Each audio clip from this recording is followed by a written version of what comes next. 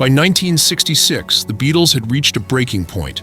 After years of relentless touring, screaming fans, and the suffocating pressures of Beatlemania, they decided to abandon the stage.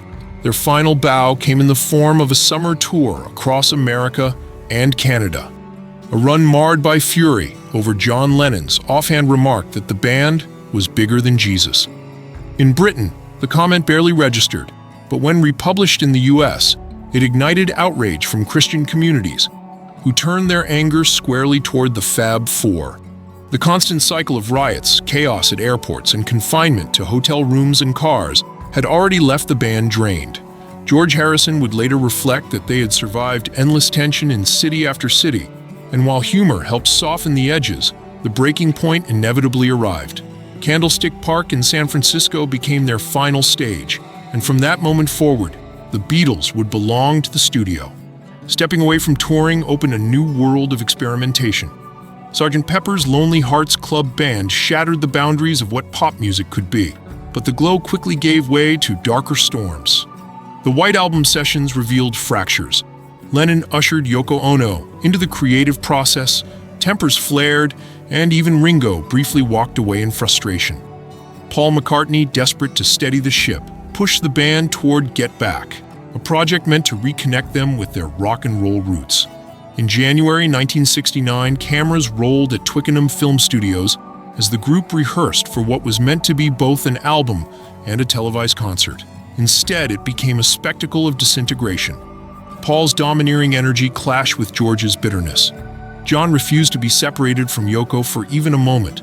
The exhaustion from months of White Album turmoil hung over them like a storm cloud, and every ounce of tension was caught on film. George's temporary departure from the band underscored just how fragile their unity had become. The dream of a triumphant tour was abandoned, but back in the safer confines of Apple Studios, they pressed on with what would become Let It Be. Even then, Paul was insistent. The band needed to perform live once more, not in an arena, but somewhere, anywhere, that could prove they still had fire left in them. Ringo and George resisted, but after much persuasion, the idea crystallized. Then came January 30th, 1969.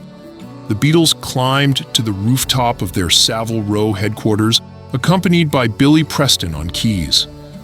A makeshift platform was built in secrecy, and with little more than a shrug and Lennon's cheeky defiance of, "To hell with it, let's just do it," the band launched into their final live performance. As London office workers spilled onto the streets below, bewildered by the thunderous sound above their heads, the Beatles delivered 9 takes of 5 songs. From Get Back to Don't Let Me Down, the cold wind bit at their fingers, but they played with a fire that betrayed no fatigue. That rooftop concert, raw and unpolished, became their swan song to the world. It was unplanned, imperfect, and utterly iconic, the last time the Beatles would ever play to a live audience. A final act of rebellion before the curtain fell.